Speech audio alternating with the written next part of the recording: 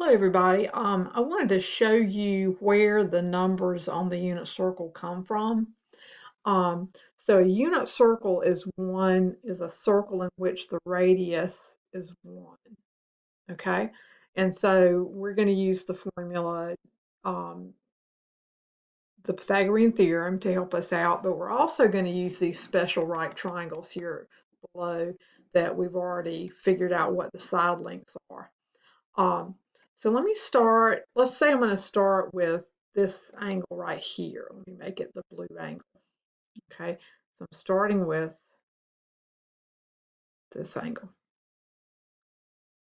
This is a 30-degree angle. Okay, and we know from prior class that the side opposite 30 degrees is 1. We're saying this is a right angle.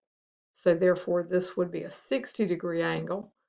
And we know that this side was the square root of 3, and then the Pythagorean theorem made this side 2. So if we were to just kind of like the way they've got it, we would pick this point right here, okay? And this would be the triangle that we're talking about. We would go straight down. So this is our triangle. So this is, like I said, a 30-degree angle. So that this side would be 1. This is a 60-degree angle up here, so this side is the square root of 3, and this side would be 2. Well, since we're on the unit circle, this can't be 2. Remember, for a unit circle, the radius is 1. So what we're going to need to do is, to make this a 1, we're going to need to divide by 2. So we're going to come in here and fix this. We're going to divide by 2, which makes the radius 1, like we want it to be. If we divide that side by 2, though, we have to divide all the other sides by 2. So this vertical side changes into a half, and this horizontal side changes into the square root of 3 over 2. Okay? Um, a half, since it's the vertical side, this is now a half, is our y, and the horizontal side is our x. This is the square root of 3 over 2. So the point that we want to put right here is the square root of 3 over 2, because that's x, and a half, because that's y. And that's where that point comes from. Now, if I want to, now let me show you the next one. So let me erase this.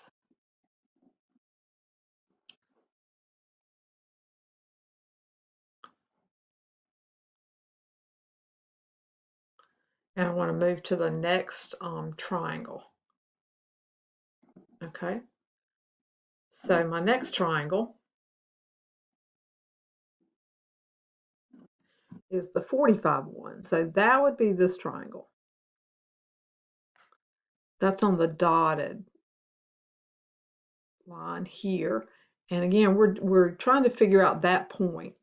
So we're going to go straight down from that point where it intersects the circle, so that this is a right triangle. Okay. Now this angle is a 45-degree angle. That's just how it's set up, so that we're looking at the 45-degree angle.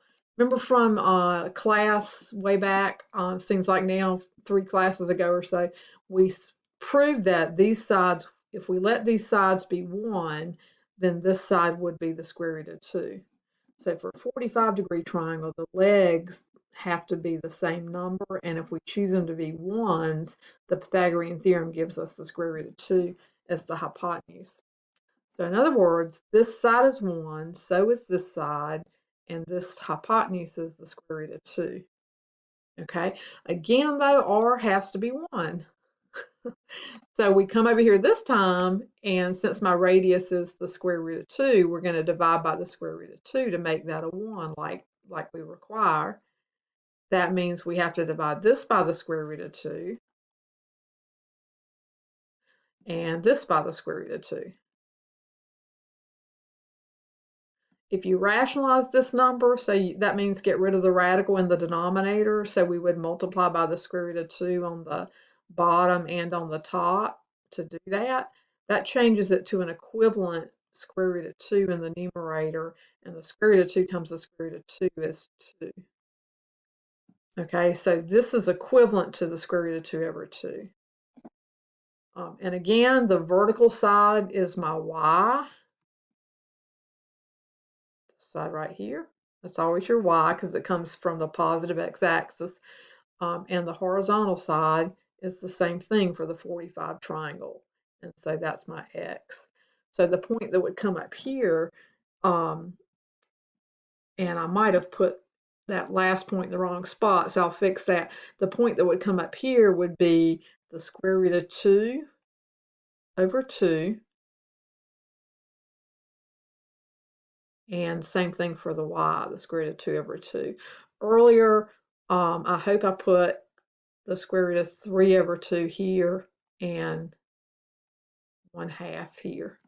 Okay, so now we've got 2 points filled out, and let me show you how to get that third point.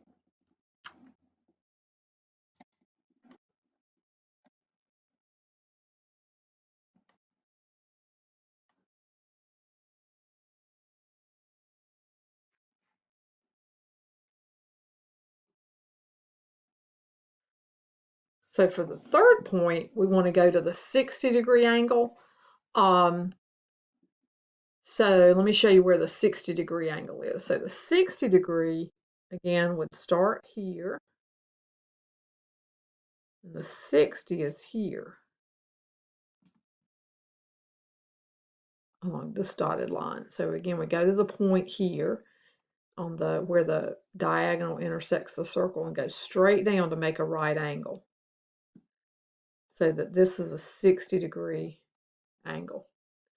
And so we know from earlier that for a 60-degree angle, the side opposite it is the square root of 3.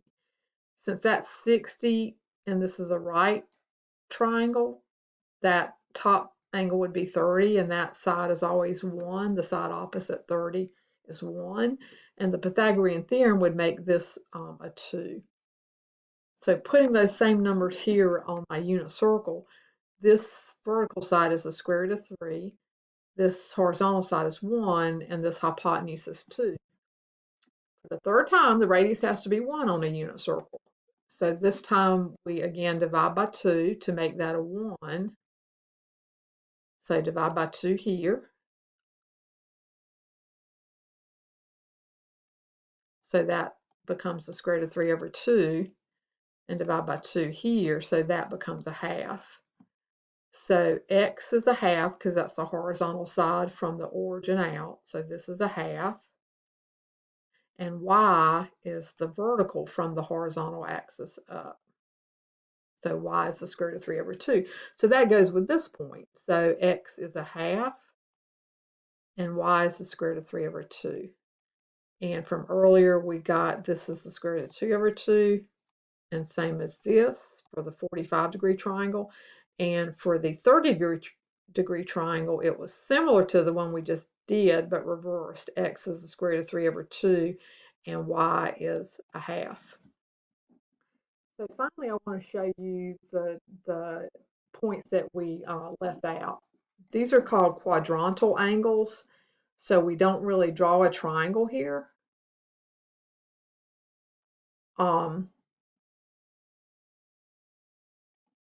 Okay, so what we're going to do this time is just get a point on that where the circle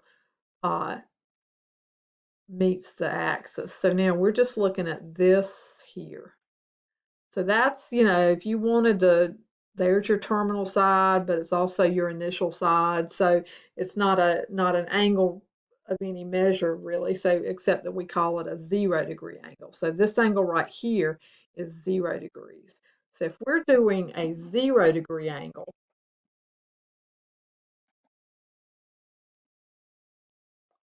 we can't really draw a triangle. So what we do is we just name this point any old point, but since it's a unit circle, remember r is also the distance from the origin to the point that intersects the circle. So r would have to be 1 since this is a unit circle, the distance from the origin to that point.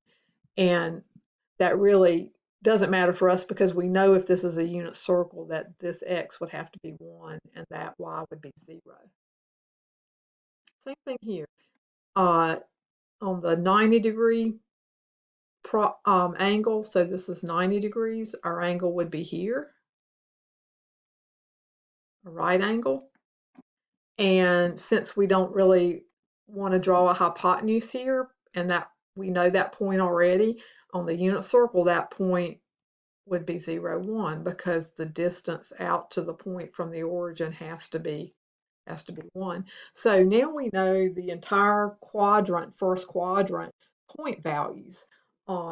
And that's how they are derived. Now let me just fill in with my angles here that correspond to those different points.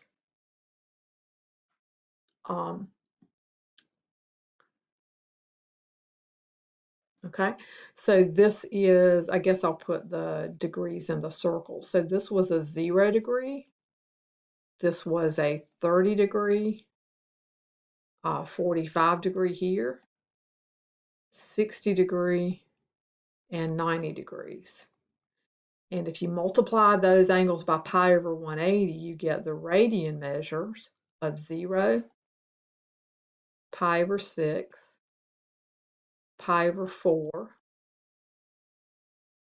pi over 3, and pi over 2. And all you need to do to fill out the rest of the unit circle is just change your signs and figure out what these angles would be at these other locations. But the reference angles or the first quadrant should help you fill out the rest of the unit circle.